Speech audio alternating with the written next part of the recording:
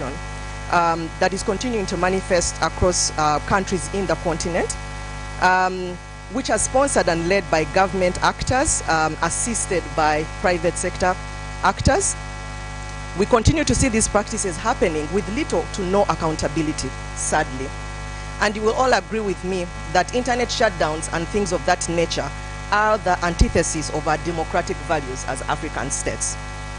This continues to undermine our democratic values and ideals, and more importantly, put civil society in the dark when it comes to exercising our sovereign power and holding leaders accountable.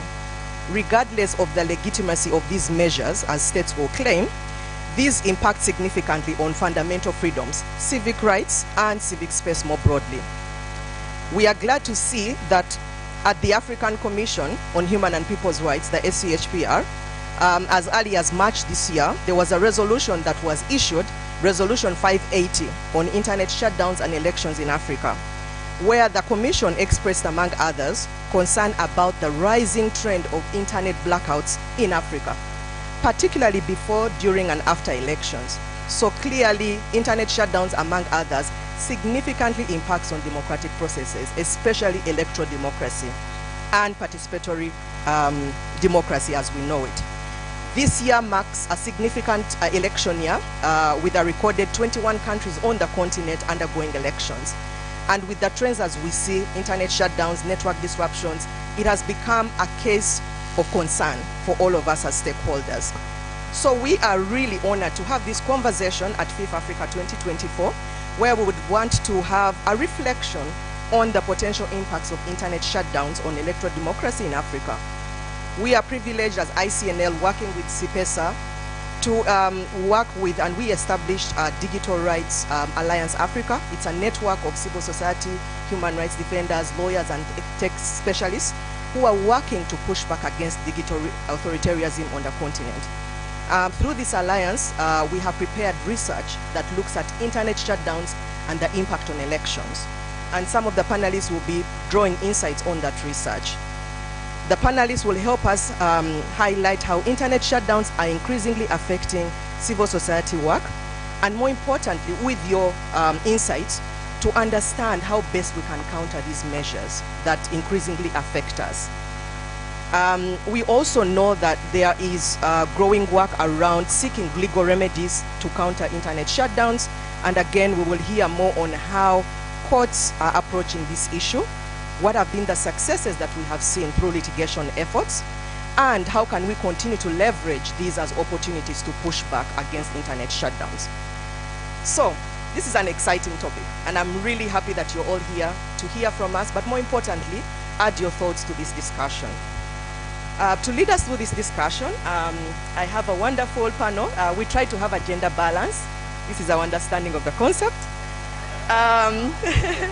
I'll start from my extreme left. We have Tino Munda Shoko, the litigation manager from Zimbabwe Lawyers for Human Rights. A wave, please. Next to her is Saba Ashraf, a lawyer from Media Defense and a solicitor from England and Wales who works with Media Defense. Shaba, a wave. Next to her we have Patricia Ainembabazi, a project officer from CIPESA. And then we have the only gentleman on the panel, Michael Aboneka, a human rights lawyer from Uganda. Yes, yes. And last but not least, Miss Gelila Gelato, until recently the head of program management at the Ethiopian Human Rights Council. Thank you all for joining me today. So to start off the discussion, I want to start with Michael. Michael, you are a member of the Digital Rights Alliance that I just referred to, and you have been part of the research team that is doing the research on internet shutdowns and electoral democracy. If you can help us highlight what trends that you have come across when it comes to internet shutdowns on the continent, which countries have been spotlighted for this practice, and what forms is internet shutdowns happening? Thank you very much. The thing about internet shutdown, I think for me, if you may permit me, I have three stories. The first one is that actually people's livelihood is based on the internet, and I have one story. I have one of my mentors is in this country. He has never owned a phone in his life. He only has an email. So if you want to contact him or give him announcements that someone has died and the rest, you just have to write an email. He has never owned a phone. So to him, internet is not just a means of communication, but his livelihood. Number two, the thing about internet is if something firstly sets a right, it is a right. And if we come from that background that we cannot underplay the importance of internet. So to the question, the common trends. Now, many governments have been mainly switching off internet to control information, to limit voter engagement, and the other one is also to suppress dissent, the critics and the rest. And this has been seen mainly during elections, and many countries like Uganda, Tanzania, Togo, they have gone through these processes. That during elections, that is actually starts from campaign, and on the election day, many countries have switched off internet, and they cite many reasons, which my colleagues will delve into. The other one is protests. End SARS in Nigeria. You had some protests in Uganda, I think in November 2016, 2017, where 54 people died. And also across the other countries, Ethiopia, Guinea, where there are protests, governments tend to actually shut down internet. So shut down, they either shut down completely or do with the internet throttling, where you can only send a dot and nothing else that can go. The other form and trend is around major events. During COVID-19, governments trying to manage information, so they can do that during major events.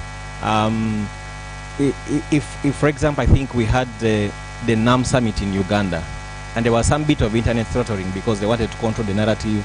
They didn't want some here to show our good guests that there are potholes in the city. So when governments have like major events where they do not want the bad citizens to portray bad things, so they will actually try to limit the internet.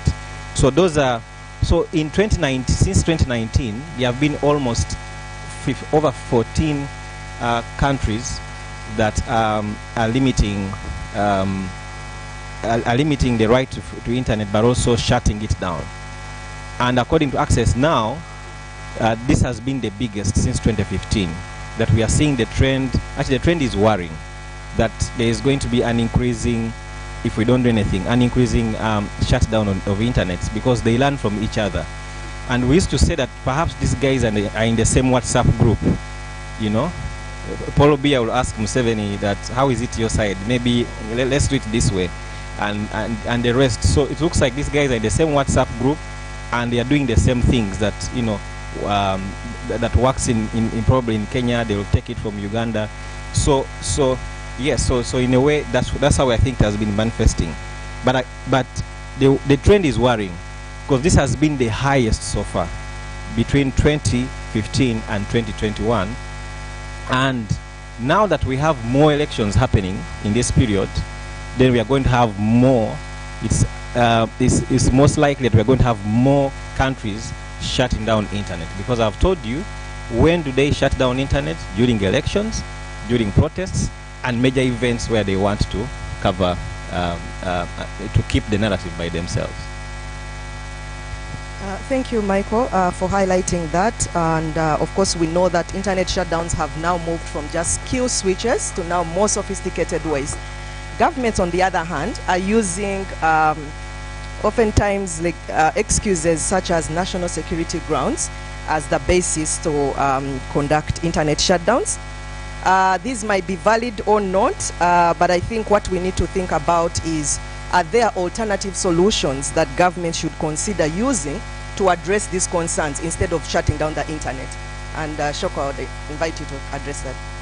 Thank you, Florence. And I think indeed governments have been trying to justify internet shutdowns, and amongst other things other than national security, public safety, and prevention of misinformation, of which most governments are actually responsible for disinformation, because some of them actually go to the extent of paying people to create a certain narrative on platforms and on internet spaces. And some of them even go to the extent of arguing that we are protecting the sovereignty of states. And I know there's a government that actually said, in as much as there is need for the other groups to communicate, we also should protect the interests of those people that don't belong to the other groups. So our only option is switching off the internet. The other reason would be trying to curb violence that would be perpetrated through social media platforms. But states have always relied on national legislations. For example, some of them have laws like interception of communication laws, and some of them would then capitalize on those particular provisions to say that is what we are trying to use, and we are protecting the security interests of the states. The other argument that the states always try to use is the right to access information is not an absolute right. It can be limited, and the government can detect what limits and what extent they can use to try and limit. But in the actual fact, this we will just do an overview of what the Transform Digital Spaces program is all about, and then we have a quick overview of unpacking TFGGV, and then we have three of our partners sharing about the interventions that they are undertaking to address tech-facilitated gender-based violence, then a brief interactive discussion will close the session.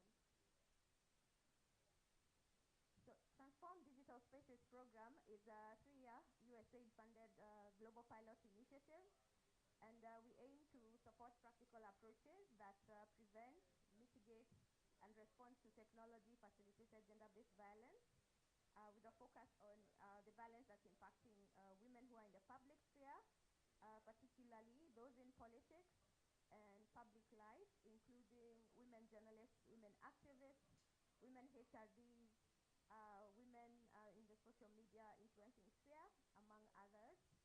And our three pilot countries at the moment are Kenya, Georgia, and Guatemala, where we have programming ongoing as we speak.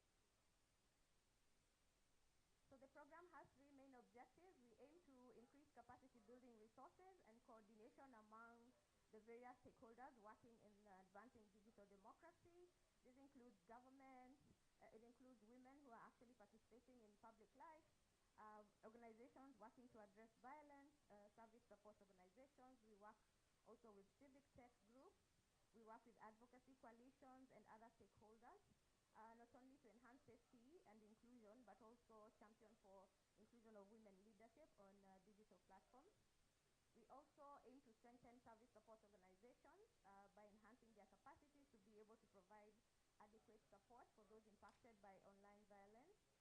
And our third objective is mostly to strengthen the evidence base for contextualized approaches to document, prevent, mitigate, and also respond to technology-facilitated gender-based violence.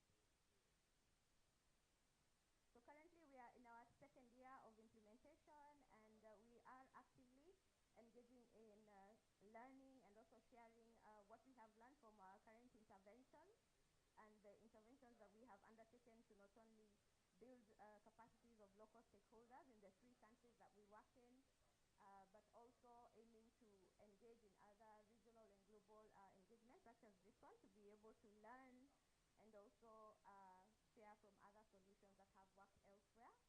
So this is just a snapshot of our activities as a Transform program. And if you look at the banner of logos at the bottom, you will see that we have quite a number of partners working in the program. Myself, I'm from IREX, and our other partners will be able to introduce themselves. So off the top of the bat, I would like to throw it to the audience, perhaps who may know what is technology-facilitated gender-based violence, if you could. Don't overthink. What comes to mind when you think about technology-facilitated gender-based violence? Yes. Technology facilitates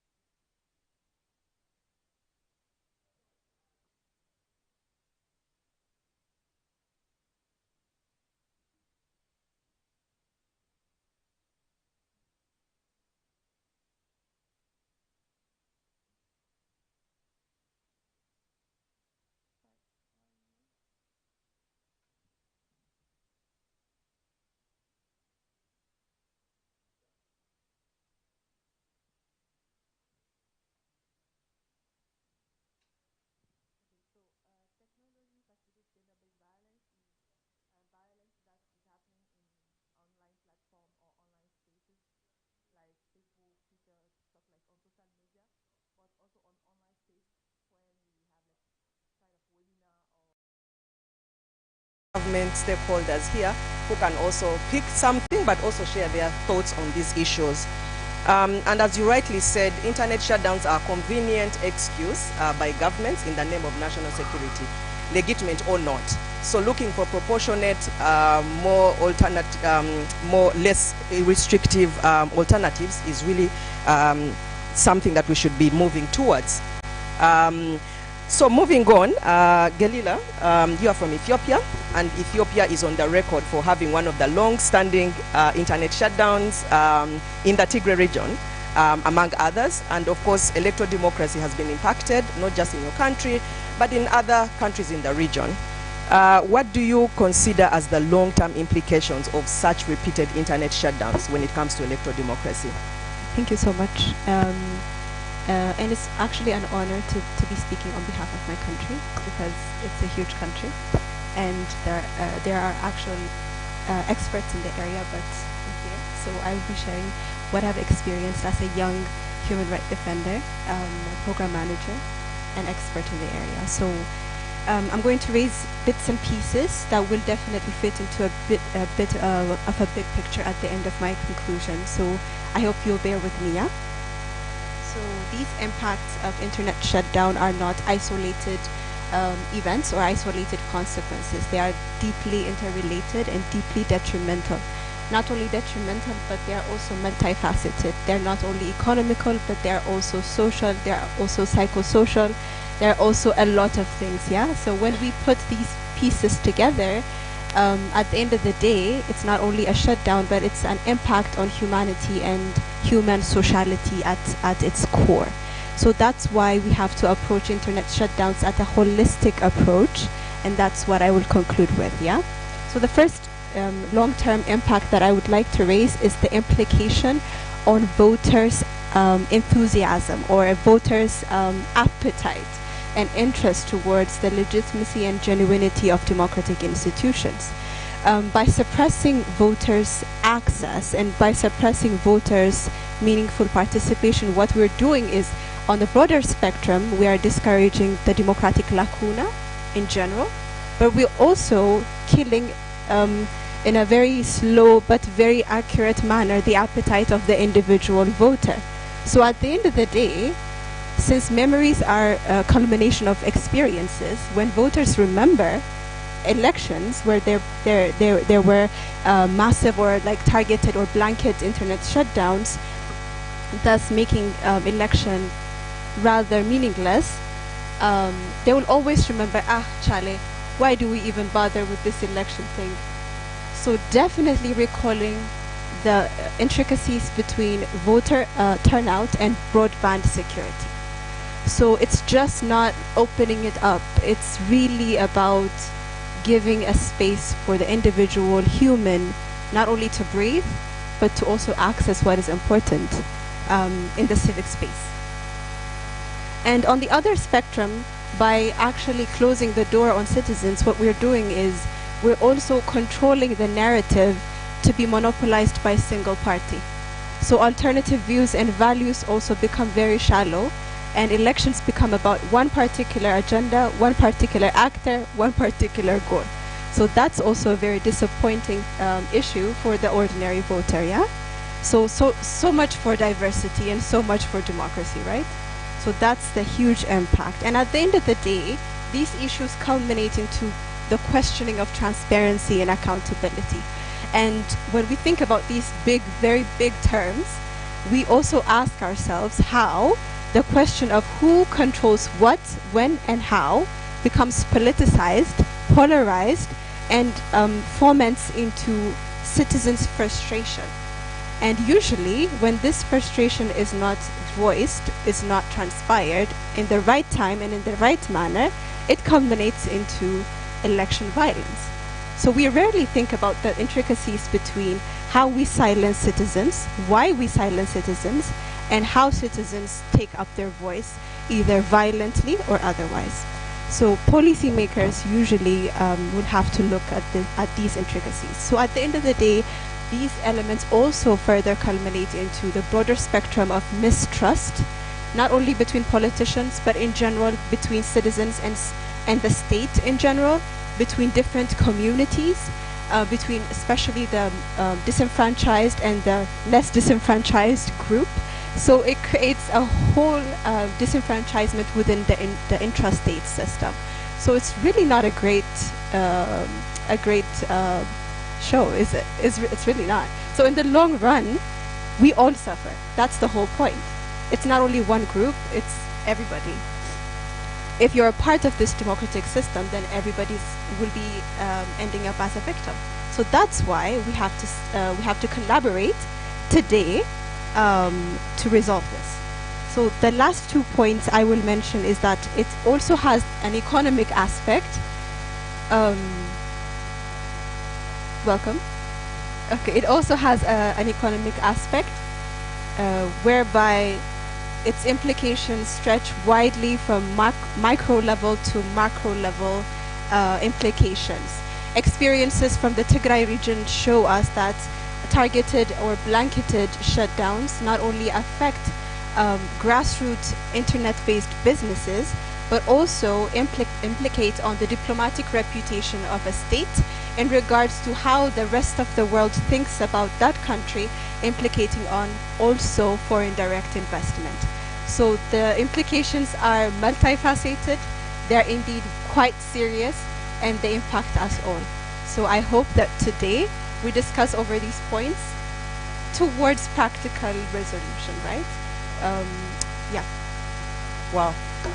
Thank you very much, Galile, for helping us understand the connections of internet shutdowns to the whole context of economic, political, social, cultural implications to our society. And that, as you rightly said, this is something that oftentimes we don't really appreciate, but I think understanding that we all have a stake in this is very important. And going to Patricia, as we've heard from Galila, the implications here are really multifaceted. Where do you see the implications when it comes to special interest groups or the vulnerable groups? Thank you. Thank you for that. I would like to start with a very short story. The year is 2021, January. Uganda was having elections. I had not lived in Uganda in a while, about like 6 years. So I had flown to the country with a friend of mine from South Africa. We were working from home. And then we wake up in the morning, we have work to submit, we have clients to talk to online, and the internet is off. So he's shocked. He's asking me, we're in Kampala, what is going on? You don't have internet? And then it hit me. I remembered that, oh, whenever we have elections here, the internet is shut down. So it was something very shocking.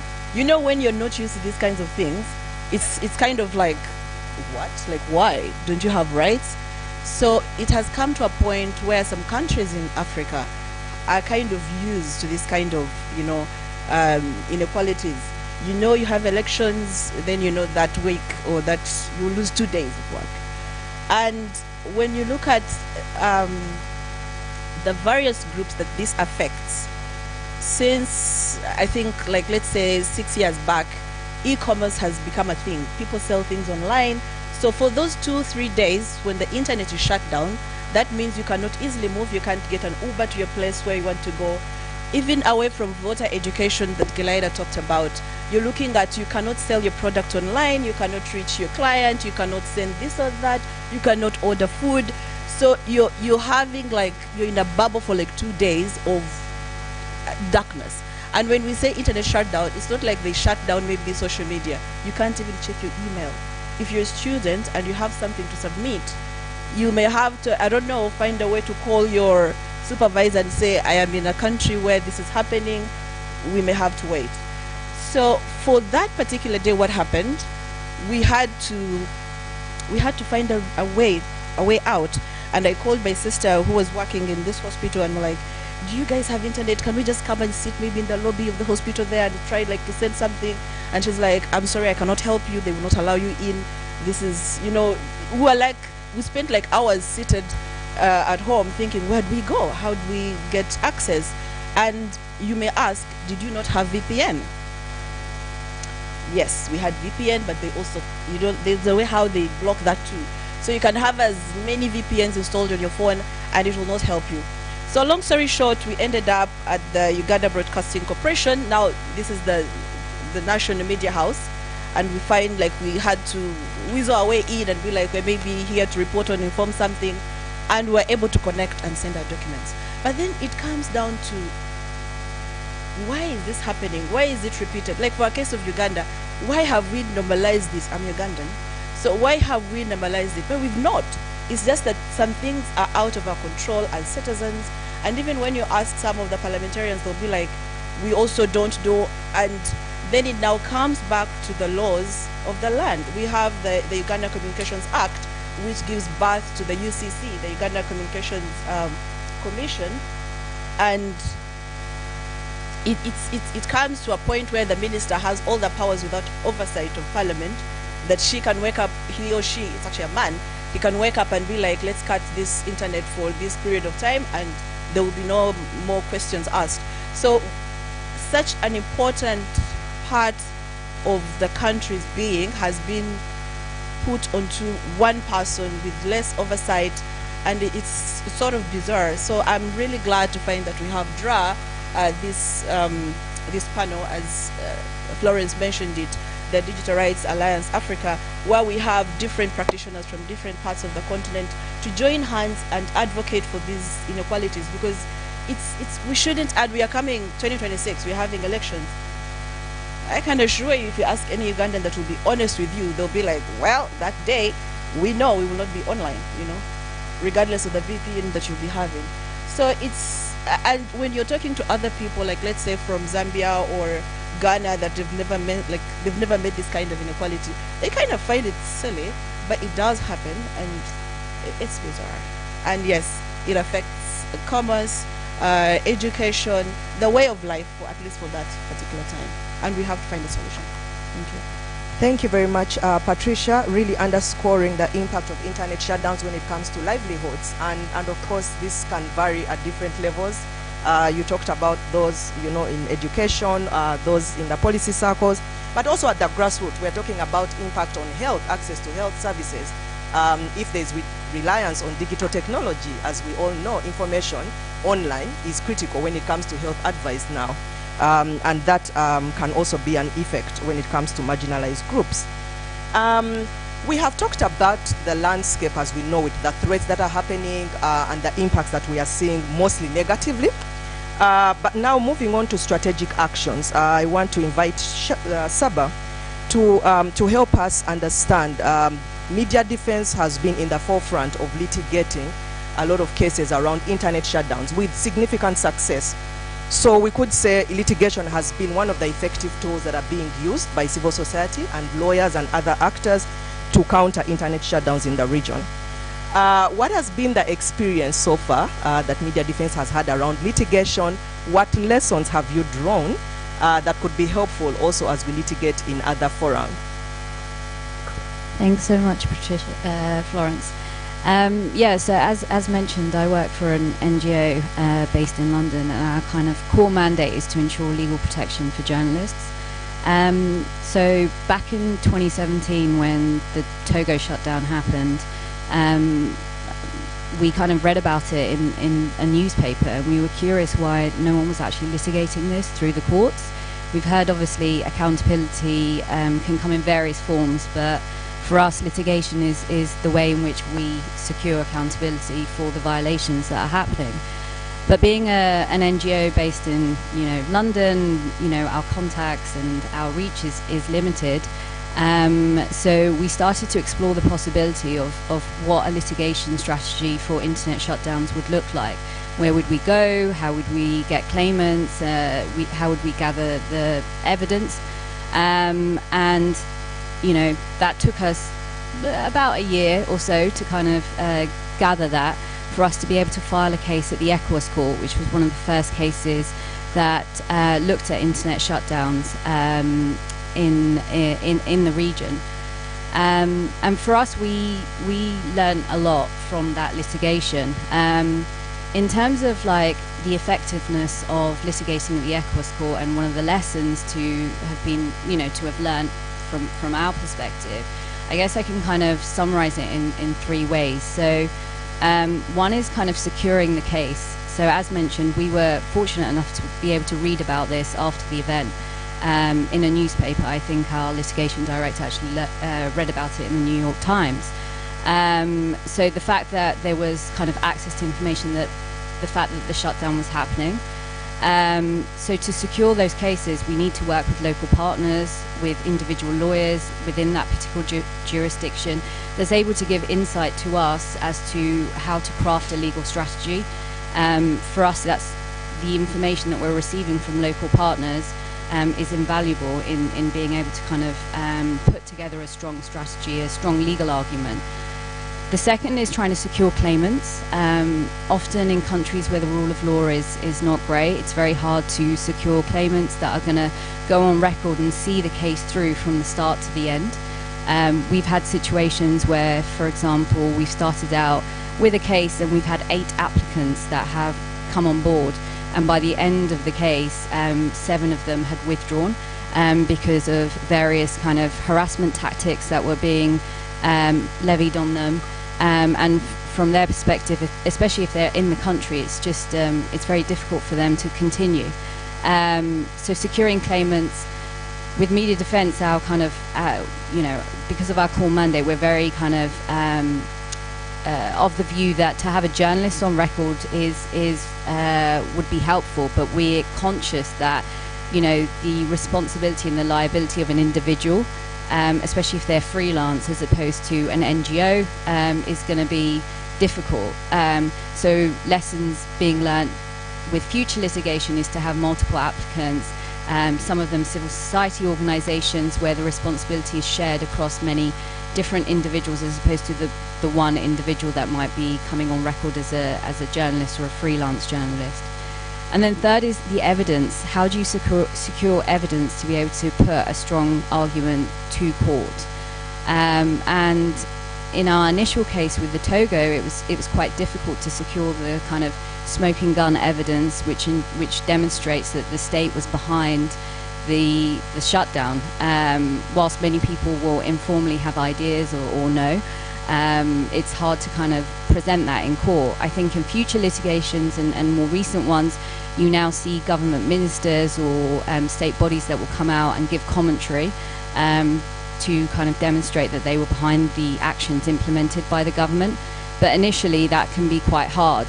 And from kind of a legal point of view, we had to think very carefully about essentially flipping the liability and kind of demonstrating that some of the nature of the violation was such that the burden lied on the state to prove that it didn't do the act that was being complained of, as opposed to for the claimants to prove that it was them. So that was a legal strategy that we employed.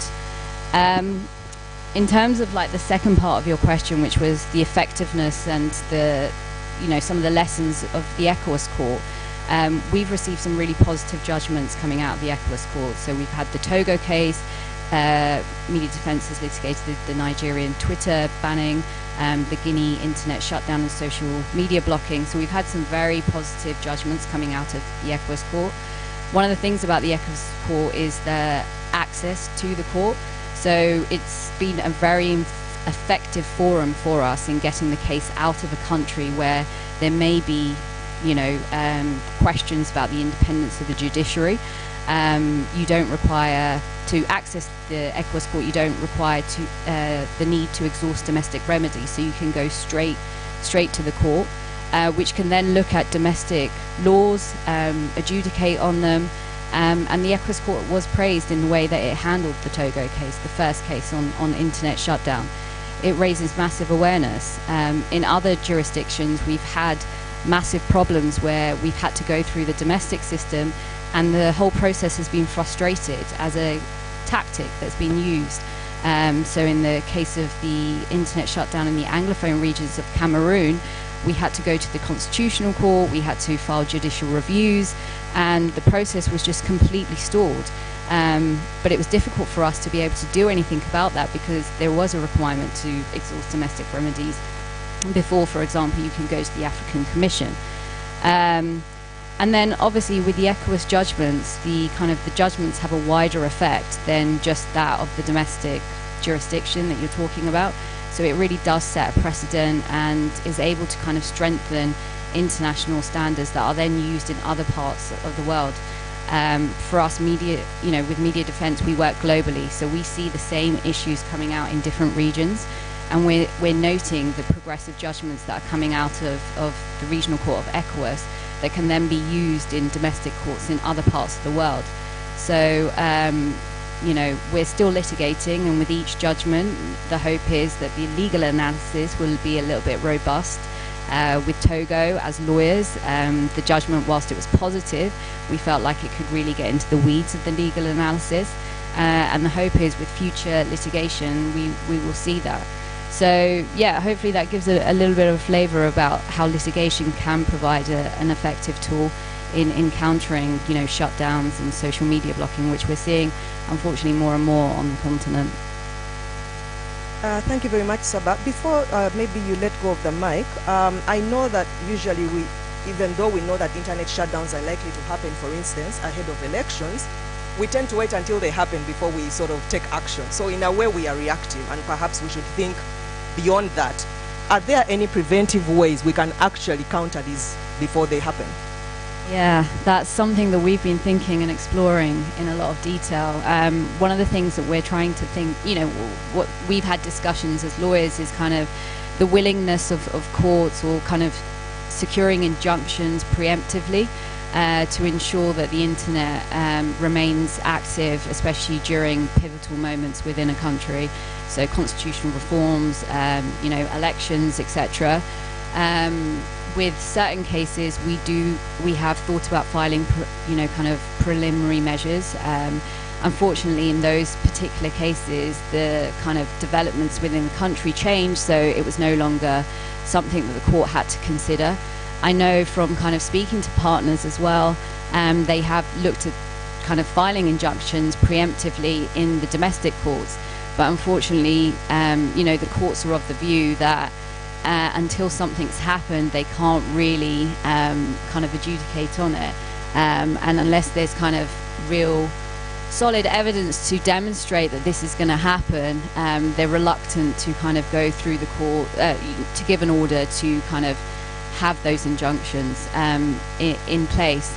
But yeah, in terms of preventative measures through the legal kind of avenue, injunctions or filing for provisional measures within the regional courts is one of the things we're exploring. And we're hopeful that, coming down the tracks, we can build a body of casework that will then demonstrate that a particular state is kind of known to behave in a certain way.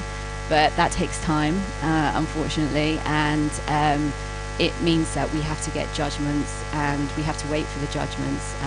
One of the things I should also mention, I didn't mention about the effectiveness of the ECOWAS court, is the time in which it gives judgments, which for us as lawyers has been really good. You can, from filing of a case to kind of getting a judgment, the timeline's probably about 12 to 18 months, which is quite short in comparison to other regional courts that we've been accessing. I think many here will know that the African Commission is stalled in terms of, getting some positive judgments. I think post-pandemic, I'm told from partners and lawyers in the room actually that the EAC is pretty much debunked and the resources are being pulled out and money's, coming out of that. So there's massive long lists waiting to hear those cases. But with the ECOWAS court, the process is relatively fast. So the hope is that through this body of casework that we're building on, you're able to show kind of a systemic nature of a particular state in order to then go for preventative measures. But yeah, it takes time, unfortunately. Yes, we still have a long way to go, but we are persistent in our efforts, so we will not relent. And back to you, Tino. Given, yes, we've heard what the courts are doing and we can leverage that, but are there any legal and regulatory measures that we can think about when it comes to protecting online spaces? Thank you, Florence. I think the major challenge that we have is most jurisdictions, they do not have laws that actually recognize internet as a right. We have to rely on access to information. We have to rely on other laws that try to regulate telecommunications. And as a result, those are being abused. So what we need to push for, firstly, is we need to push for a clear regulatory framework that sets lawful parameters of protecting the internet spaces.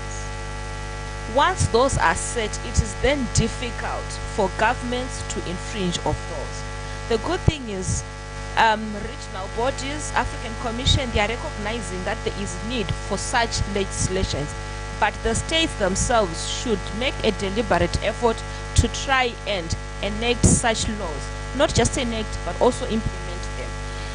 And those laws should clearly outline when internet shutdowns can be done, and such communications should be published and allowed to challenge in courts of law. Because the current challenge that most governments have is the orders are initiated by the states, the warrants are implemented by executives. It is the executive requesting, the executive authorizing. So there are no checks and balances as to reasons and justifiable claims as to why the internet has to be set. And I think these requests should go through courts where it's open, where the reasons are clearly set out in their justifications. And I think we also need to recommend and push for international service providers, internet service providers that are international and not that are owned by the states and not state controlled. Because most of the service providers in the countries where governments are actually pushing around indigenization, ownership by the locals, ownership by governments, it then becomes difficult for independent providers to operate in such environments. So once we have international service providers allowed to operate across the region, across the globe, then it becomes easy to have internet that is tempered with. And I think we should also try and maybe train CSOs and organizations to try and see how they can, within their legal frameworks in their countries, try to get alternative service providers. Because maybe like what Patricia said, most governments, they try to limit VPN, but they also have their own service providers, because if there are facilities where you can go and connect, it means it's not blanket. They are having their own spaces. So we should also try and use legal means to make sure that we are connected, and CSOs, organizations are also trained on such. How do they invoke, how do they use those, how do they try to make use of those tools? And I think the most important one is regional engagement. Yes, we must admit, Michael said, these leaders are like cousins. They copy from each other. In the 2015-2016, it was just a few countries. So now if we have 30 countries trying to imitate what the other government does, it's a challenge, but we have to try and use those regional platforms to speak out against, so that these leaders, even on those platforms, they can expose each other. They also know what they are trying to do, because most of them maybe they are simply operating on the need for trying to curb security, threats which are literally non-existent in some of the instances, but they also need to be trained on how to balance such, but that can only be done if regional engagement is allowed. Thank you. Thank you very much, Tino. And I will move to Gelile. Listening to all the other panelists, what do you see as the role of civil society and advocating for digital rights and challenging internet shutdowns in particular? So before I go to my points, permit me to quote the devil by its name. Yeah, we are literally facing not only legal challenges but a precedent that is growing into its own culture. Yeah, internet shutdown is becoming its own culture, unfortunately. So the way to tackle a culture is to create another contradicting culture. That's the whole point. So cultures are created, for me at least, an identity politics student, is by creating another interaction or experiences that create alternative thinking in how society interacts with each other and society interacts with structures.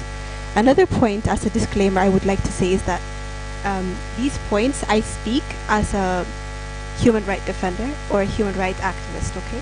It's not really per se legal statements. So what can society, civil society organizations do?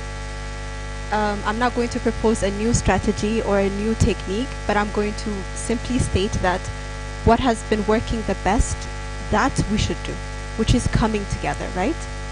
Our best and comparative advantage is with our coming together, not being put together, it's coming together. Why?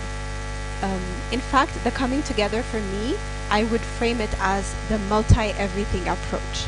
The multi-everything approach would be multi-stakeholder, multi-leveled, multiple approach type of deal. So by coming together, on the first hand, what we do is we diversify our notion of human rights in itself. So our paradigm would shift and expand beyond our experiences and beyond our own context. So we can understand what internet means and what internet should mean in a bigger perspective by learning from others. That's one. Not only our perspectives, but our resources will also be pulled together so that the digital divide will be reduced each day, day by day, right? So imagine, of course, we are making these partnerships at international level and at regional level, but think about the human rights defender somewhere in a local administration in Ethiopia fighting for his fellow Ethiopians, right? To what end should we support, or how should we support that human rights defender or that civil society organization sitting in this forum? The only way to go about it is by actually coming together and promoting that pulling together of resources so that those who are at the back end of knowledge, skill, financial and human resource accessibility could actually be brought to the forefront slowly from the periphery to the center so that they could also have a voice. Thirdly, I would also mention the multiple approach, aka the differentiated approach, because context at the end of the day matters. So to make sure that we are not just cherry picking and adopting as we go whatever is happening somewhere in the east or somewhere in the west or somewhere in the north because it has worked.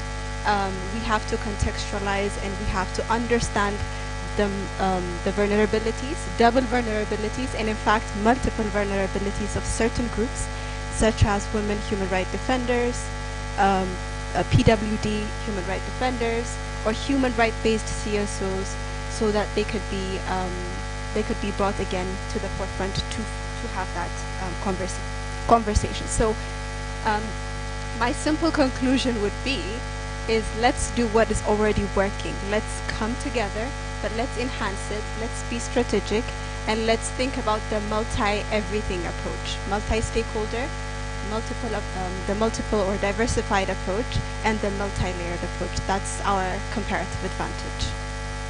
Thank you, Gelile, for underscoring the collective power of civil society and not working in silos. I think that is very important. And of course, working, being inclusive in our strategy, not just the mainstream CSOs, but the grassroots as well. Patricia, we have spoken a lot on the responsibility of the state, and usually it's really security that is behind these practices. They are not working alone. They are working with internet service providers. And internet service providers are also complying with orders. So what role do you see here that internet service providers or the private sector can play in combating internet shutdowns? Are there legal and ethical obligations that we should call into account in addressing this? Yeah, there is an issue when it comes, like you've just said, they're also taking directives from governments, like where they're practicing or doing their business in. So I'll still use an example of Uganda. You wake up, you're maybe the proprietor for MTN, Airtel, and you get this email from UCC, which is the Uganda Communications Commission, saying on such and such a day, we don't need the internet on. So you realize that they cannot keep it on because they will lose their license. They're in these countries, they are doing business, but also at the mercies of the laws in those countries. They are the mercies, they have regulators. So it comes down to, can these internet service providers have a way to ask the right questions? If UCC says, shut down this internet on such and such a day, can they ask to know why? And if there is a why, can they tell the people that? Because we realize that they even don't know. They just do as they've been told. And even when you ask, they cannot be like, the internet is off because it's a matter of national security, because they don't even have the reasons as to why. They're just following orders. So we have hope. Maybe Starlink, back being in Africa now, it could be an independent option for access to internet during these shutdowns. And then we also look at the fact that they have obligations. Like if you're looking at the international regulations, you're supposed to do your work. You're supposed to give people internet, facilitate access to information and education and all that, but they're not doing the best, and they're also not asking the right questions. And at CIPESA, we recently had a training with parliamentarians and lawyers in the field, in the digital rights field, and we're looking at, can we now have conversations with internet service providers in Uganda? Can we have their tech? Can we understand their actions away from the fear of losing their license of practice in the country? Can we support them so that even when when they get an email that such and such should be done, they can say, no, we have a right to to allow Ugandans to use these services. So this is it's still something that we are doing, and we are hoping that ahead of 2026, when we're having the next general election, we'll have a different outcome out of this. So it's not all hopeless, and that's the end of the road for the case of Uganda. Thank you, Patricia. And before I open up, I want to conclude with Michael. Looking outside of our countries and now on the continental level, where are we at when it comes to digital rights protection? Are the norms that we have helpful? Are they sufficient? And I want us to think beyond just the AU level and look at the regional economic communities. Is there a role? Do we see some momentum in addressing these issues? Because clearly there are trends that are impacting us all. Thank you very much. I think that is the biggest question, and I think I've been asking it about, how member states of Africa, everywhere, they like to come together, There is this, then there will be a delegation sent, signing to these charters and the rest. And there are about 34 countries that have actually ratified the African Charter on Democracy, Elections and Good Governance. But almost all of them signed to it. Up to now, we know that there is one African country that has never actually, is not a state party to the African Charter itself. So there are these regional instruments that actually provide the right to political participation, the right to access to information, and now the African Commission resolution on internet shutdowns. And it does three things. It calls upon states to ensure compliance with the African Charter, with the African Charter on Democracy and Elections, and especially Article 19 on access to information. And then also it it urges states. That's the language, because the Commission cannot say we command the states. We urge the states. We call upon. So it's like willing, willing situation. And then the last one, they talk about they require the internet service providers to ensure that they notify users. How many of us here have received notification to say, hi, dear esteemed customer, tomorrow we are going to switch off internet? I've never. So, but the law requires them to do that. The principles require them to do that. And what we need to do is to do a test case. And I remember we were saying, okay, can I successfully take on a case against an internet service provider for removing internet from me without giving me a notification, whether I'm in Ethiopia, wherever I am? So that we have a regional test case. Why are you taking away service from me? Because I have a contract with you, I have a relationship with you. But also we are saying, when you buy internet bundles and then they expire during the time when internet was shut down, am I able to get my data back? So sometimes litigation is for nuisance value, but also it is, to poke some kind of discussions. And I think we need to take it that way, so that it is costly for the internet service providers and the rest to think through that. And that can be done at the ECOWAS court is doing well in terms of providing jurisprudence on these issues. I know that there is a case at the East African Court of Justice on the same issues of internet shutdowns. We need also now to actually take on the international human rights legal system through the UN Human Rights Council, the Special Rapporteur on the freedom of expression.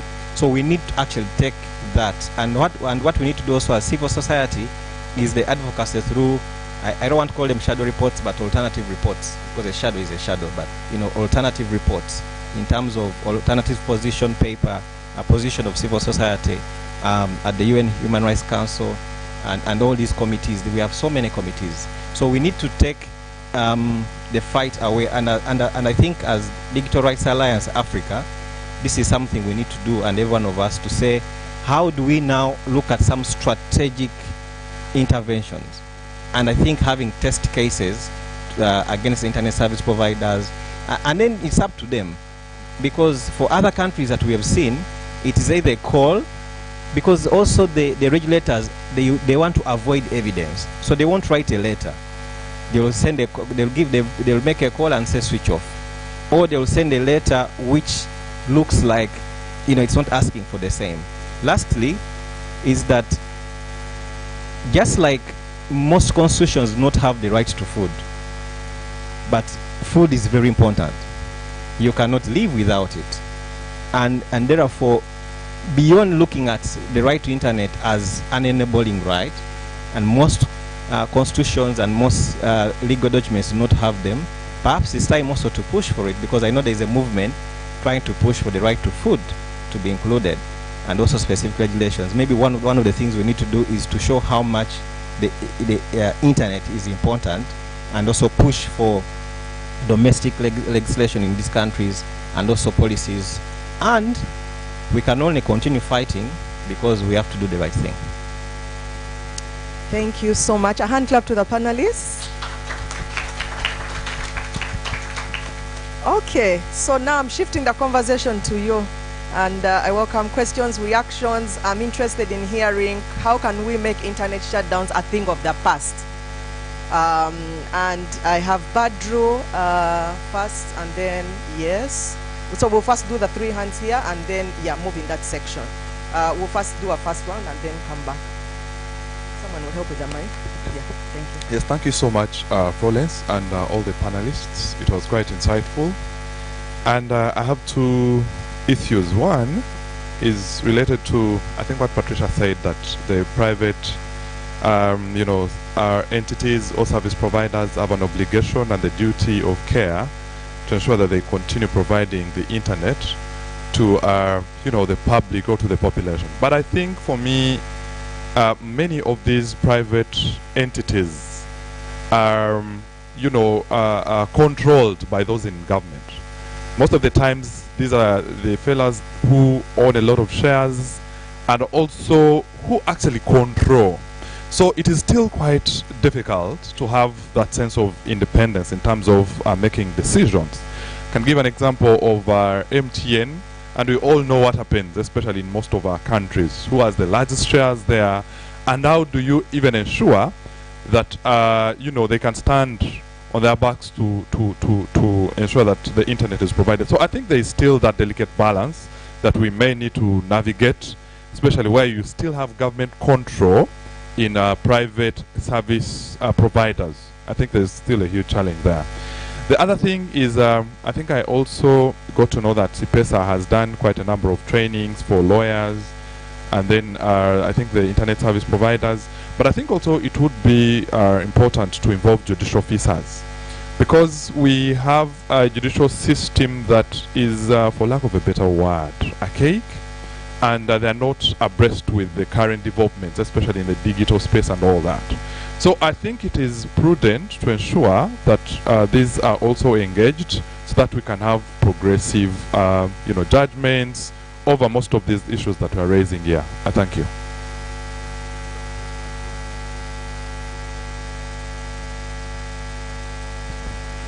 Thank you.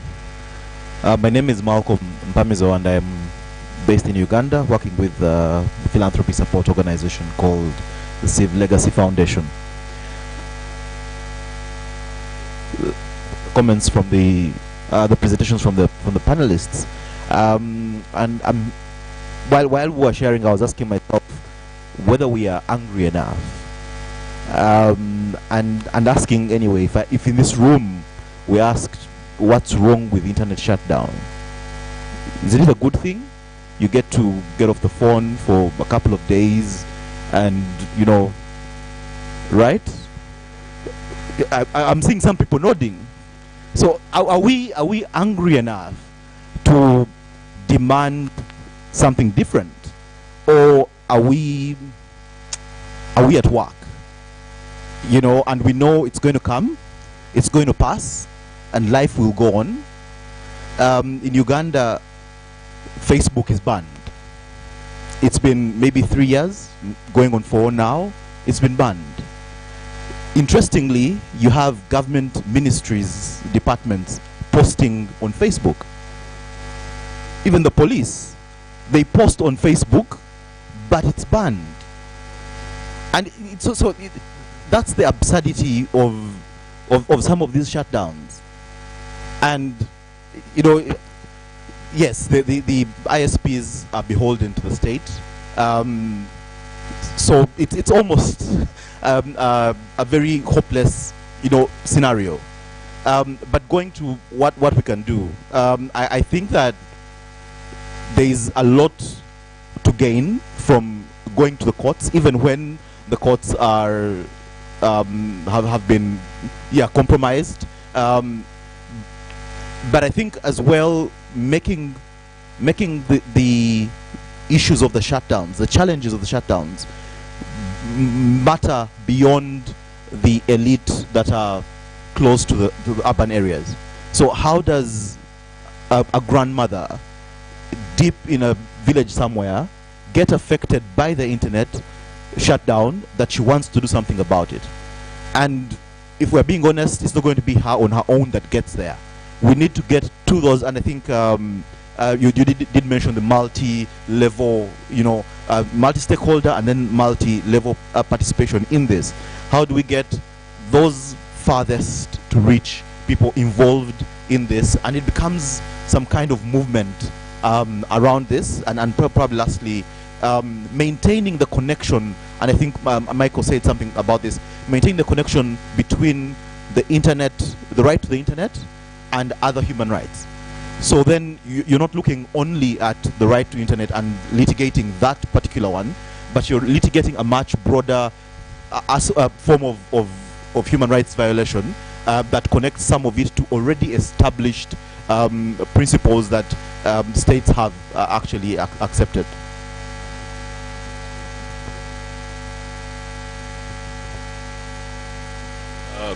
Thank you. So my name is Masa. I'm from Ethiopia, so I was speak to know specific to Ethiopia. So I don't want to sound like pessimist, but that is the reality. Most Ethiopians are living through. So you mentioned about the longest internet shutdown in Tigray, but currently, several people are living through another internet shutdowns like in Oromia region, Amara region, South. So I'm sure most Ethiopians agree with me. So this could happen anywhere, anytime. So it has. It has become kind of a culture. It has been normalized. Even I think the Prime Minister even came out in public saying the government will shut down the internet now when it needs to be at any time. So how do you shift that? And then and how can you bring authoritarian governments like Ethiopian into the court? Even that is possible. To what court? And someone mentioned most courts are aligned with the government and stuff, and also someone mentioned about making service providers accountable. But the biggest service provider Ethio Telecom belongs to the government in Ethiopia. So how do you do that? Thank you.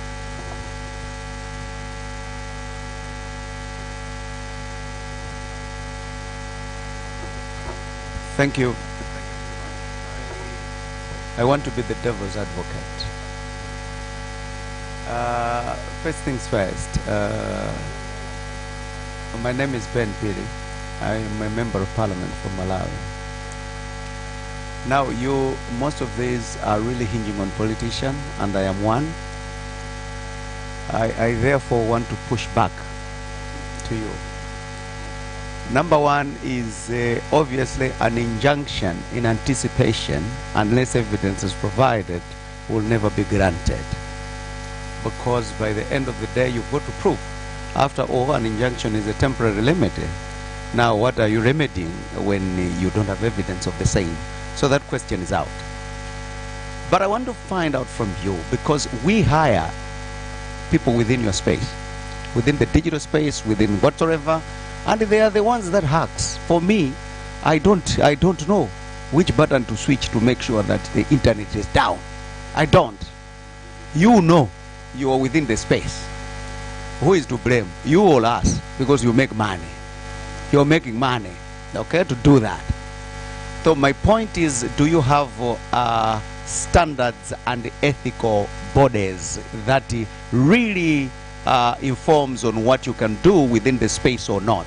I'm asking this because you've got, for example, the medical councils. You've got the PAFA, the Pan-African Federation on Accountants whatsoever. You've got the law societies in this world. And if you get a client's money and you don't remit, your license can be revoked. So my question is, within the alliances that you have, do you have an ethical and standard body that will now begin to say, a Ben Piri from Malawi was involved in these things, and let him appear and respond? Because that will be the first step towards beginning to bring sanity than leaving it the way it is. Everyone does whatever he wants to do. At the moment, actually, you've got professional hackers, courses that are really within there. That's number one. I really want to push it back to you. Number two, if you ask me, from Malawi, we have had shutdowns. It may not be total shutdown, but probably that slowness where out of 1 kg of meat for 5 people, you give it to 20 people deliberately to scramble. That is common. But I can tell you, you enjoy a space that has got a lot of people, but you are sleeping as civil society. For me, you are sleeping. In my country, in fact, I don't know which one. I don't know which civil society in Malawi does these things. You've got to wake up. If you mobilize and say we are facing these problems, you don't just mobilize during elections, because we will know and we will interpret it that you have been sent. But mobilize way before and begin to push the government on these issues, internet shutdowns, connect it to other things like digital economy, digital health, and all sorts of things, so that people begins to understand. Trust me, you will have millions. Actually, that would be probably the biggest demonstration that would happen in a country, because a lot of youth, the Gen Zs, are within that space, and you'll be winning the battle. But then you wait until it happens, and then it doesn't work. As a politician, I think I need to push it back to you. You've got a lot of conversations to do within your space. Come up with the a body that will be regulating this, and as a civil society, look at how best you can coordinate so that at least within the African space, this is minimized, and demonstrate, demand, and do what is required. And I'm sure this will slowly begin to get down. Otherwise, many don't even understand. Thank you. Okay. No, I was before him. Hi, good morning, everyone. Okay, good morning, everyone. My name is... Yes, good morning. My name is Koni. I'm a legal practitioner in Nigeria. However, just to respond to what you said, I think for most of us in Africa and young people, there is no trust between us and our politicians, which is a very, very big problem for us. Because most especially in Nigeria, like, to even get access to your politician, it's a big deal. Like, there's just no, it's almost difficult to get access. However, I wanted to talk about the issue of the legal space and digital world. I think for us in Nigeria, I don't know, I think it was the shutdown of Twitter that just woken everybody up to the whole issue of safe space for digital space for everyone. But we do not have enough legal practitioners in the area of digital security or the internet. Most of the practice in Nigeria is mostly electoral, you know, commercial and all of that. So I think for me that's another area. I don't know about other countries, if they have, like, you know, a group of lawyers who concentrate themselves basically in the digital world. But in Nigeria, I don't think we have that currently, because I'm also a member of the Nigerian Bar Association, and I know we don't have. So it's usually when issues arises that, oh, you just, you know, get a lawyer in general practice, because we don't have specializations in Nigeria. You know, it's just a general practice. So when issues like that arises, then you just pick a lawyer who probably is a political, then he now starts to make researches. But we need an area where we have digital lawyers who understand the importance of this space and are able to defend it with every passion that is required. Not just a random lawyer who tomorrow is doing a land matter, next tomorrow is a political lawyer. No, we need to equip and train lawyers who, like, their basic obligation is to deal with they have access to government, and that is all we do, you know, to protect the rights of people digitally. Thank you. Good morning. My name is Abdi Fatah. I'm from Somalia, and fortunately, in my country, we had only 2 internet shutdowns for the last 15 years, and that's because of technical issues, not because of government political. Yeah, but we have another problem, because we have increased arrests of activists and journalists and human rights defenders for expressing their opinion in the online space, which is actually becoming very problematic. But my question is related to collaborating and building alliance with the internet service providers. Do you think bringing them into these discussions regionally and nationally as a civil society to work with them and start this discussion from early stage will be a positive way of influencing them and ensure that they are not also, because at the end of the day we try to start these discussions with them, but they will say we'll have to comply with these orders and directives from the government. So do you think bringing them into these discussions would be useful? Thank you. Gladys, let me stand up. Yeah, I have to be brief. No, just sitting here, I'm just wondering. Oh, sorry. My name is Gladys Mboya. I'm a lawyer from Cameroon and a member of the Digital Rights Alliance and a happy alumni of the Media Defense. So I'm sure that's why I really stood up, because I was thinking of they're asking what civil society can do. And I'm just wondering whether this will be just another gathering and then next year will come again, because my worry is a lot is happening in Cameroon, but when you go to gatherings like this, they will cite every country except Cameroon. And the obvious is that we have elections coming up next year. You can expect internet shutdown. It may not be complete because of the conflict that is ongoing. Each time there's an election, You know, the non-state armed groups, they will declare a lockdown in a portion of the country that they don't want elections, and that is where they do all the throttling and shutdowns, and then nobody talks about it. As Michael said, maybe these people have a WhatsApp group, they copy from each other. So, but what are we doing as civil society? I believe that all the human rights, I'm a human rights defender, we are ready to work. We are ready to work. The problem is funding. The problem is funding. Filing a strategic case. I know media defense gives some money for filing of those cases, writing alternative reports, as Michael just said. We were in the African Commission, I think 2 years ago. They came out with these regulations, guidelines on writing shadow reports. We were asked to go and vulgarize. You take it, you go, how do you vulgarize? You write everywhere for funding, to even train others on how to write the alternative reports. You don't get funding. So we should consider how we are going to fund the people we expect to advocate, to raise awareness against this internet shutdown, because it's a serious problem.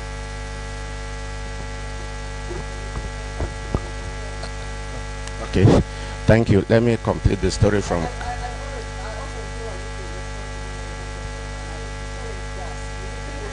Okay, responding? Well, let me complete the story from Cameroon. I'm called with Guanyin. I work for a common feature in Bamenda, Cameroon. And I know in Cameroon, as in other places, internet service providers will always cut down or slow the internet, and like obtains in Cameroon with MTN, they will come back after some few days and tell you that the optic fiber that Camtel provides for us went bad, almost like Adam when God asked him that what happened that you ate the forbidden fruit. He said, no, the woman you gave me directed me to eating the forbidden fruit. And in Cameroon it's very serious, because when there was the internet shutdown in 2017, the prime minister who is now the current president of the UN General Assembly actually came to my village and shouting at people who were protesting. When you are protesting about internet shutdown, how many people have telephones here to even access the internet? So to him and to the rest of the government, the internet is not really as serious an issue. And so so we have the kind of leadership. I understand why the parliamentarian from Malawi, the leadership, there is a disconnect between the leadership and then those who actually need the internet services in Africa here. And I'm sure that that's why the civil society really needs to come in to make internet a public good. And once it's, everybody understands there's a public good, and more importantly, emphasize on a comprehensive digital rights bill. And I'm sure that at the level of a common feature, we worked with ICNL actually to prepare a draft. It has gone right up to Parliament. The last time I checked 2 months ago, I was informed by an authority in the Ministry of Posts and Telecommunication that is at the level of the Prime Minister's office. So we need more emphasis, we need more advocacy to actually get it away from the Prime Minister's office to Parliament. Thank you. Thank you very much. Thank you. Mine is not a question, it's just a brief suggestion, and it goes to media defense.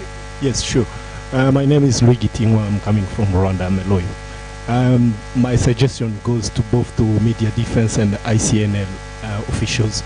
And based on the remarkable tracking record of judgment media defense and ICNL has been securing for the past decade, I think it will be great. And bouncing back off what my sister from Nigeria said, we need to have, I mean, you guys need to envisage in a near future to have a booklet of, or a hard copies of all those judgments.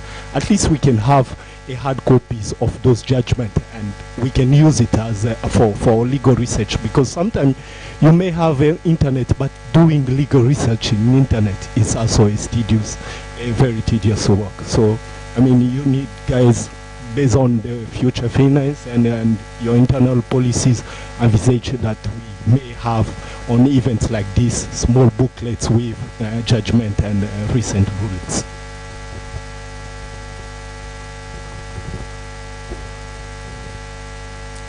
Thank you very much for the opportunity. Thank you for all your presentations.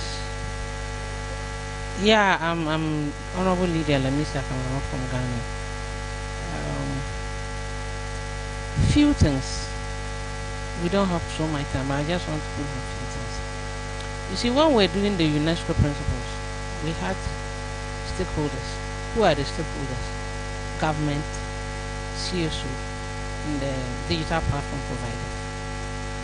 We have to look at this group of people. Who should do what at what time? Currently, in my country, we are going to have elections. As we are going to have elections, the government in power want to win. If that is the way by which the government can win election, he will shut it down because they are in control. They are currently in control. So whatever he will do to get it done, they will do it. They will find a way. Oh, it was a technical problem. Oh, it was this one didn't work very well. At the end of the day, when you go to court, you won't win. The time to fight is now.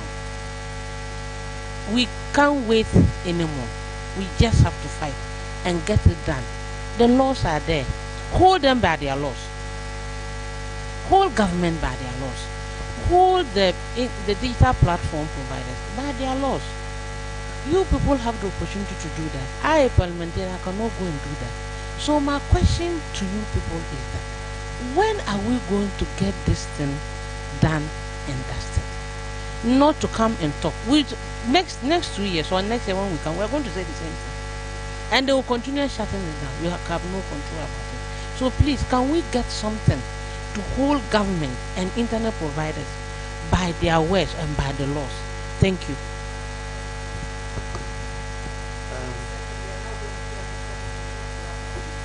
Thank you so much. Yeah, thank you. My names are Providence Baraka. I come from the Democratic Republic of Congo. So I'm going to be very, very short. And yes, we all know that internet shutdown have been really normalized in African countries, but this is really a human rights violations. And how do we make sure internet shutdown is something from the past? So is it really through legislative reforms? Is it really through a dialogue with stakeholders? But I will just summarize my intervention in two aspects. So I think we need really mechanisms to ensure there is accountability and there is also transparency, because I think through these two areas, through these two aspects, we can make sure internet shutdown is something from the past. And we need to ask ourselves as stakeholders, so should we require that any attempt to internet shutdown it be subject to judicial review to ensure that it's lawful, necessary or appropriate, right? Should we tell internet service providers to stop complicity in these shutdowns and to be transparent by providing public statements? Or should we just tell internet service providers to establish protocols for refusing to comply with illegitimate orders based on ethical commitments and human rights guidelines? So it's up to us as stakeholders to think what works better for us to make sure internet shutdown is something from the past. Thank you so much. Yeah, thank you. My name is William. I'm coming from Uganda. Just to respond to Honorable's concern, I think we all must agree that there is a huge challenge of governance deficiency on African continent.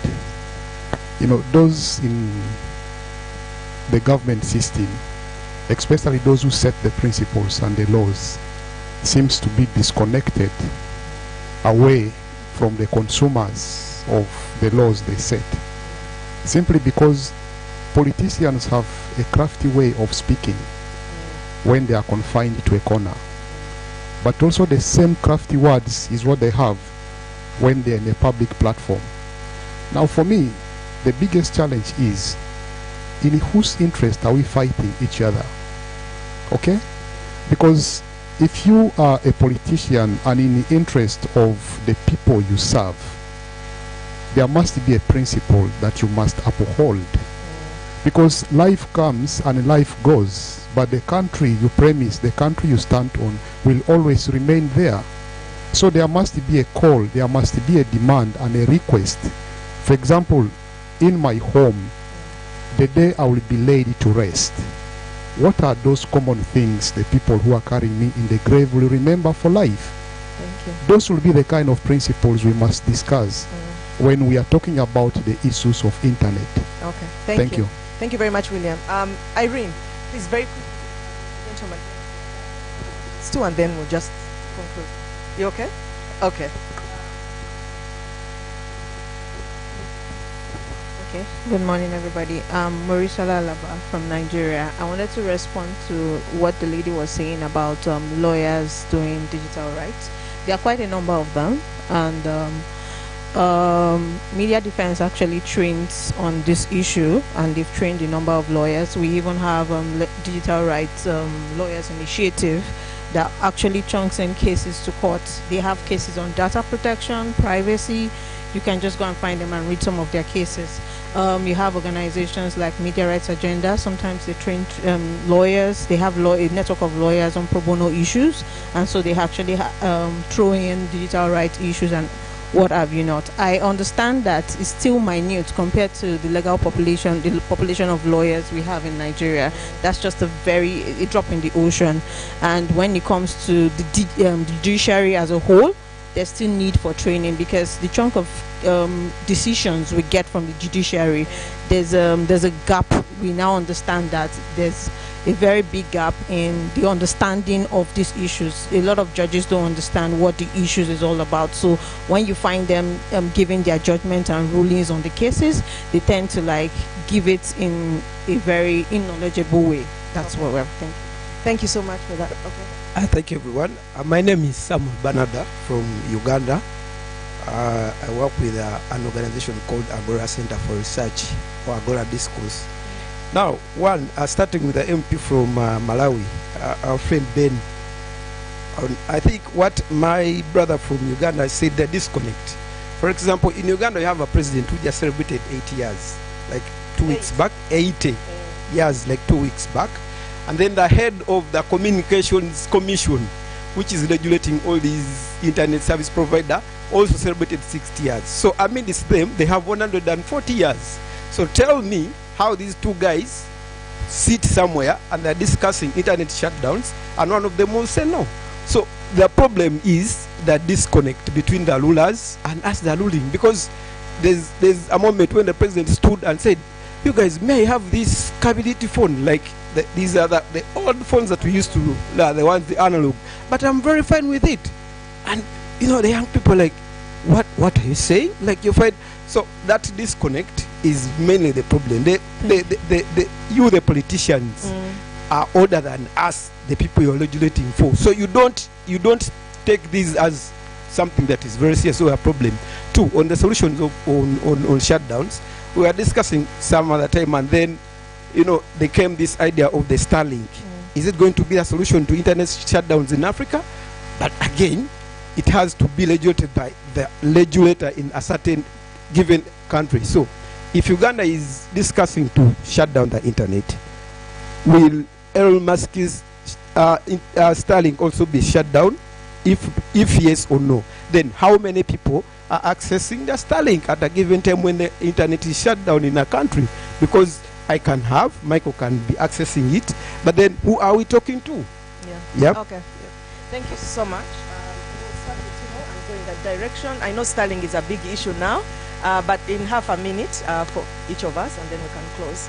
And thank you for your patience, colleagues. Thank you so much. And I think the brother that talked about anger actually took my concluding remarks from me. Because I think we need to be working with these internet service providers to make sure that when a VPN is created and the government then tries to counter it, we also need a stronger VPN that actually counters, because these shutdowns will keep going on.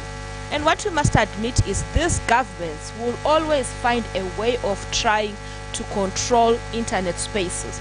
So how best do we keep making sure that we have legal ways of trying to circumvent this and let's rely on international service providers so that at least there is some form of connection, because definitely this is not done for everyone, but for a select few, because if government offices can access internet, it means they are in contact with whoever they want to contact, but they close these spaces for us. So let's be angry enough to make sure that we also push for other ways to try and circumvent these shutdowns. Thank you. Thanks. There seems to be a lot of discussion and a lot of movement and passion. Just from my perspective and media defence's perspective, some of the kind of points that were mentioned, some solutions, I wouldn't say solutions, but some considerations. I think it was mentioned before about resources, about funding, about training of lawyers. This is something that Media Defence does.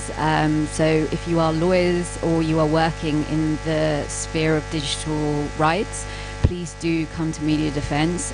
We hold trainings precisely on this issue to knowledge share with lawyers in a room to get regional context, to understand how to craft legal arguments, to put them through the court system. We provide funding for legal cases that deal with freedom of expression and internet shutdowns, and social media blocking definitely is within that mandate. So again, please come to us. We can provide those funds. We can connect you to other lawyers. And then in terms of resources, it was mentioned to have some resources. Media Defence has a website, it has a resource hub, it has materials on there. Very much take the point that with internet shutdowns you can't access websites, but if you come to our trainings we have literature available to give to you. And then just perhaps on a slightly positive note, I think we should kind of remember 2017 is when the first internet shutdown was litigated through the courts, and we've seen now a massive shift in how governments are actually suppressing the internet online. So we've moved away from the kill switches, which is the total blackout, and they are becoming a lot more sophisticated with the bandwidth throttling and the kind of limited or localized platforms. That, as frustrating as it is, if you look back from 2017, is still a positive in that we aren't seeing kill switches, we aren't seeing countries going into complete and utter, blackouts at the times. But of course, there's much more to do. And I think from our perspective, Media Defence, we're working and we're trying to move these cases through the courts. Shutdowns are a massive issue and they should have an appropriate remedy, and we're pushing for the courts to be able to provide through that, but it takes time to build that case and to build those precedents. Thank you, Patricia. On the issue of the internet service providers, like I mentioned, we are doing these conversations. We've had trainings with lawyers in the digital space as well as parliamentarians. We've had to map out at least 11 laws that are retrogressive laws in Uganda that affect access to internet and other digital pleasures I could use. And we are looking forward to having them in the room. Ask them, do you know you have a call, you have a purpose to do to serve Ugandans? If just because UCC has said that you should do this, you shouldn't just do it. But of course, as he also said, and we all know, they work under fear because they don't want to lose their licenses, they don't want to be on the other side of government. So it's sort of, we have to come to a point of agreeing to having them help us help them in sort of way. So, and we do hope that other countries can also do the same, because in the end, internet service providers hold the other end of things. They're the ones that, they're the ones that put on the on and off and everything. So we have to have them on our side, and in the end, that's the only way we'll find hope and better ways of living. Thank you, everyone. For me, is that everyone needs internet. Let's not politicize internet. Whoever you are, even the president, whether he uses analog phones, he also needs it, because he spends 2 hours to read what people are saying on Twitter. He said that himself. So whether you're a legislator, whether you're a voter, whoever you are, internet is important. You need it, because otherwise that play won't fly unless there is internet. So what do? It is a governance issue. There is no place, show me a weak democracy and I will show you internet shutdowns and means. So it's a governance issue. We need to work on strict governance issues. Then we deal with all these issues. Because what is happening is the shutdowns, like we know our research shows, it's arbitrary. They just say switch off. We won't renew your license. So we need to deal with governance issues. How do you switch off internet? What is the process? The internet service providers, a case for South Africa. The internet service providers, for the first time in Africa, provided the most fastest internet called Wi-Fi 6 during the elections. That is unheard of. Like, internet service providers are providing government and citizens with internet to make sure they get results quickly. I was shocked. I'm still recovering from the shock. Can that happen in almost all other parts of Africa? That internet service providers are facilitating democracy. Lastly, is that let us not tire from the fight.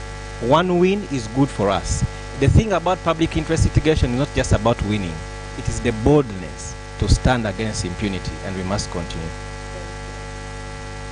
Thank you, everyone. I've learned a lot, and I've also imparted some of your passion. I love it, and I love the fact that we're actually beginning to ask how, because now with that question we're also talking about strategy, and we're not really being stuck in the why and victim mentality, right? So I love that. But coming to the Ethiopian question, because I'm Ethiopian, I'm not going to give you an answer, unfortunately, but I'm going to give you an opinion. I'm going to throw it, and whoever takes it, right? So my idea is people as human beings, psychologists say, change when 2 things or 3 things happen. Let me mention 2. When we learn enough, we change. And 2, when we are convinced enough and we are convinced that that particular system is not for us, we change. So we have to be truthful. And truth goes both ways, right? It doesn't always point, it also points back to us. So truth exists on both ends. And my brother Malcolm was mentioning, he was asking, are we mad enough? We are mad enough. That's why we're here, although we're in the beautiful city of Senegal, I know. But we're definitely mad enough. But mad does not get us to the route that we want. Mad is just the beginning. We have to move from mad to convinced to intentional choices. Those choices will bring civil society together. Can you imagine, we are 3,000 plus in Ethiopia and we don't even know each other as civil society. We don't even know each other. And everybody is doing something for digital rights individually, and of course we won't be heard. Of course we will be targeted. By coming together, it's not only about pulling resources, it's also adding a layer of protection for ourselves too. So the truth also is pointed back to us. How well are we convinced? How well do we understand the situation? Not only as digital rights as a separate issue, but as an issue related to conflict, related to identity, related to good governance and democracy in Ethiopia. So there's a lot of homework to do with civil society, but not only civil society, private sectors at the same time, and public sectors as well. So what do? Again, we come together. That's my message, yeah? Thank you so much, all the panelists. And just to conclude with a few thoughts, I think it's clear that we need to look for more legal safeguards. The legal protection is still something of concern, especially when we don't have recognition of internet as an independent right, but as an enabler. And that idea also resonating at the national level is something we should think through clearly. I think there's been a lot of mention around multi-stakeholder, multi-level approach, meaning it's a collective effort if we are going to make a difference. What I'm gleaning here is that we tend to think of access to the internet from an elitist level. It's us who need the internet because we're on our phones, smartphones, and politicians are using that messaging to manipulate the grassroots, that this is not an important issue for you. Your need is food, and we'll give you the t-shirts and you'll be happy during elections. So how do we localize this message so that the grassroots person can communicate that to the politician? And then we will have Honorable Ben saying that, look, my constituency wants it, and I want a policy in that, or I want you to tell me that you're not, doing something in the reverse or violating rights. And then capacity building. I think there's been a lot of emphasis on building capacity of lawyers, building capacity of the judiciary, But I also want to add the policy makers. I think what we are doing now, there are a lot of efforts of training lawyers and all of that. Are we having enough forums and dialogues between, for instance, the parliamentarians and the judiciary? Because they are all part of the ecosystem. Or internet service providers with the courts and the policy makers. Maybe that's also another conversation that we should have that is multi-sectoral, that can get us somewhere, because that's something that is needed. Speaking of resources, ICNL, just like Media Defense, we have a lot of resources. I would ask you to please go to FOAA online. It's a website where we have a lot of tools that provide legal arguments that you can use, or policy arguments on these issues, as well as, you know, broadly issues of association and assembly. It's FOAA online. That's a key resource that we could look at. Otherwise, I think this has been an interesting conversation. I feel challenged because someone said next year we'll come back and we'll have that. So can we make a change, make a commitment, think about it at an individual level? What can you do from this conversation, modestly, to make a change? Thank you all for your time.